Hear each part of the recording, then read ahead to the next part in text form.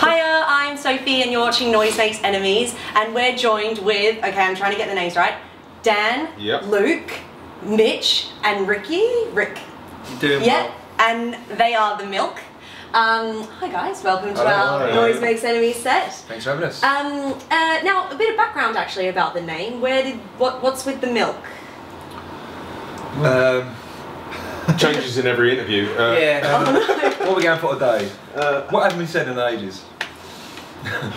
We could do the real, like... Do the real story, do the real story. It's back to, we could just say that we was drunk and it was the least thought ever put into a band getting a name. It was literally, someone said the Milk and we went, yeah, that's great. And since then, people have articulated really detailed reasons as to why we should have come around that name. One guy said to us in an interview, are you called the Milk because, you know, you're kind of four white guys playing black soul music a lot, you know, and black hip hop, and you know, you're very influenced by black music, and we all went, yeah, that's what exactly right. That's so much better. And there's a long list. There's another one, wasn't there? It's like, is it Milk because you're absolutely necessary? Like you're in everyone's shopping list. And was like, again, good. Yeah, great. All good ideas. That is so good. Yeah. I honestly couldn't even think of one. Like, I don't know, maybe you guys were just fans of dairy or something like that. I don't know.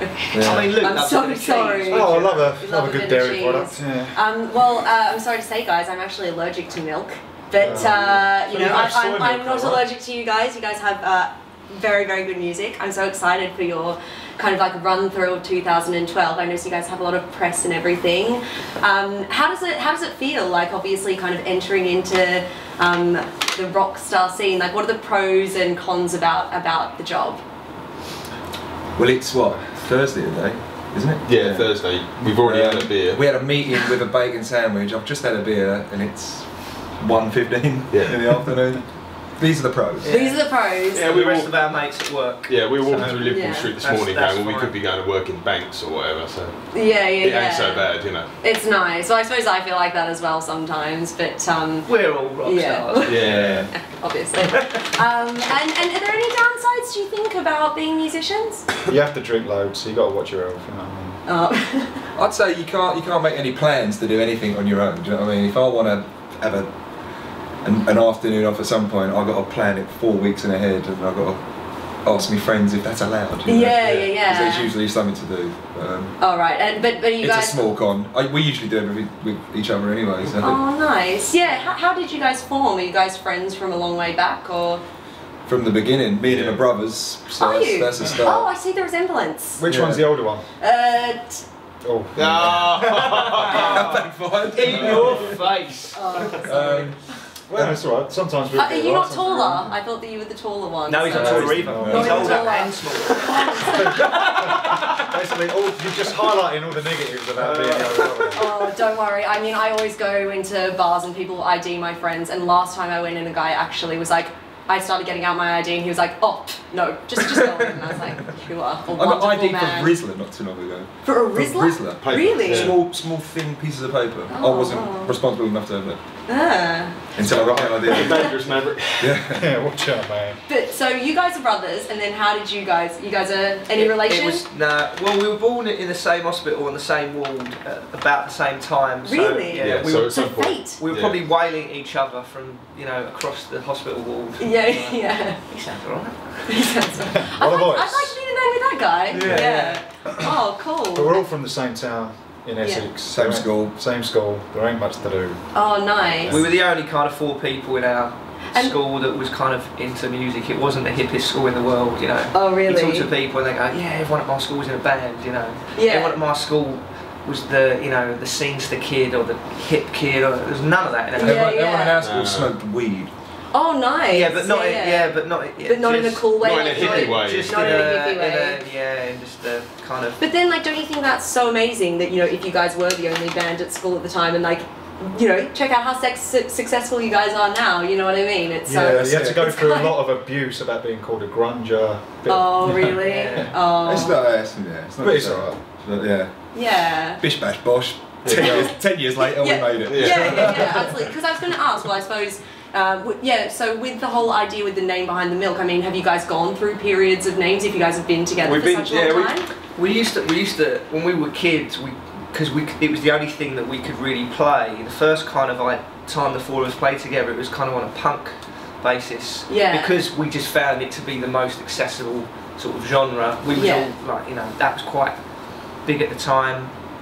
So yeah, we were called many things before we were called The Milk. And what about your songs? Do you guys still like play any of the old school songs that you guys had written back then? No, we have in rehearsal for a bit of a laugh. Every now and again, someone will put out an old riff here. Oh, nice. But no, people don't need to hear it, to be honest. It's not very good. We went away for it, like there was nothing going on for a couple of years, and then it was about 2 years ago we sort of started running this soul night together in Southend. Yeah. And just we all had pretty healthy kind of stacks and chests in our record collections. Oh, nice. And the night was a bit of a flop. No one came, but we had quite fun putting it on. Nice time. Yeah. Along with our friend who then became our manager, and we just kind of conceived the idea that wouldn't it be cool if a band today did something contemporary with soul music, like a UK band. Yeah. And it just kind of developed from there. So we wasn't doing anything. It's not like it's been this continuous kind of creative period since we were kids at school. You know, it was kind of that was the thing that kind of got it all going again, you know. Well, I agree, and I think that you guys do have a kind of like, well, it is completely original sound. But how do you feel? Because I know that obviously Amy Winehouse does a lot of this soul sort of singing and Plan B. Well, she used to, obviously, but even still, you know, in the noughties we're talking about. How do you guys feel about being sort of linked to a genre that is kind of a bit of a fad at the moment? Well, we're not afraid to say that, you know, when Back to Black come out, it was a big album for us. Yeah. And the fact that that sort of music was getting that sort of recognition was like, do you know what I mean? Yeah, it gives you a bit of hope. You know, it was around about the same time we was putting on this night. You know what I mean? So then we was like, well, let's do that. You know, that's what sort of soundtracked our young lives. You know, in the back of your mum's Sierra. That's what he was hearing. Motown and all these sort of records. So we just like, well, let's go back to that as opposed to this punk thing, which seemed a bit contrived. You know, it's all part of growing and up. almost a bit of teen angst. You know what I mean? So that was a bit of a phase, but we ended up coming back to what we actually loved, which was the Motown stuff. So in terms of Amy Winehouse and even like Plan B and Maverick Sabre, do you know what I mean? I'm not saying that we reinvented it, but we were doing all this before these guys come out. Do you know what I mean? I would also say that there are certain things in music that don't go away, and I think soul music's one of those things. I think if you look at any decade, there are artists that are always going to, obviously, you know, the golden era was the 60s, you know, but I think soul music is the sort of thing that's never gone away. It keeps getting reborn and it keeps evolving, and there is an influx there has been an influx of people that have been flying the flag for soul of late, but I'm never deterred by people associating me or the band next to names like Amy Winehouse and Plan B. I'd have, you know, given my right arm away a year ago for someone to be writing an article about me and comparing me to people like that. That's a privilege. You know what I mean? Those artists kind of drive you to do something more interesting as well, because they've already done that thing, so you've got to do something that's slightly away from that thing. So we bring in other influences, like the hip hop influences in our records. Of course, yeah. I'll also add as well that I think that because the way that music's gone over the past sort of 10 years or so, everything's a remix anyway. Everything's sort of like a rehash of what's already been made. You could pick any music genre out of a hat, and we could talk about who's around at the moment, and there's a little bit of a fad about that genre of music. Just so we're absolutely. Soul, And I mean, you know, let's not forget, it's not always music, fashion, everything always reinvents itself and always changes that in a little bit of a twist. But so what because it is the new year, well, it's February, so what can we see from you guys in 2012 then? You guys are going on tour? First major thing, is the tour. 1st of March, we're literally all over the UK. We're bound to be playing somewhere near everyone, so there's no excuses not to come and see us. It's like 30 dates all over, and then we're going to head to do a few dates in Ireland as well. So it's really exciting. We're going to be gone out of Essex for 5 weeks, come back to a triumphant return at Scala on the 4th of April. And, in London. It's just going to be great to get away, chuck a bag in the van and get around. It'll be our biggest gig to date. It's our night, you know. We've done like festivals and whatever, but this will be our night, so it's the biggest gig. Nice. And what are you guys looking forward to? Where are you most looking forward to going? That was a very strange sentence. Scotland would be good. Ireland, King Tut's I'm looking forward to. That's one of those rock and roll Hall of Fame kind of venues that we were like Britpop kids, like loved our Oasis. And the haircuts and the to go to King Tut's. I think our cameraman Chris is still in that phase. Sure. Some things don't go away. I'm 90s Chris. Yeah, so we're looking forward to King Tut's, that'll be good. But there's a lot of places around the country we've just never been anywhere near, so... Yeah.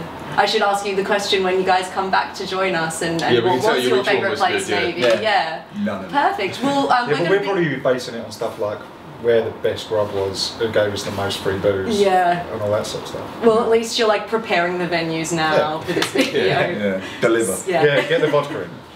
Well, we're going to hear you guys play some stuff, so thanks so much for coming and chatting with me. Cheers for watching, everyone. Thank you. See ya.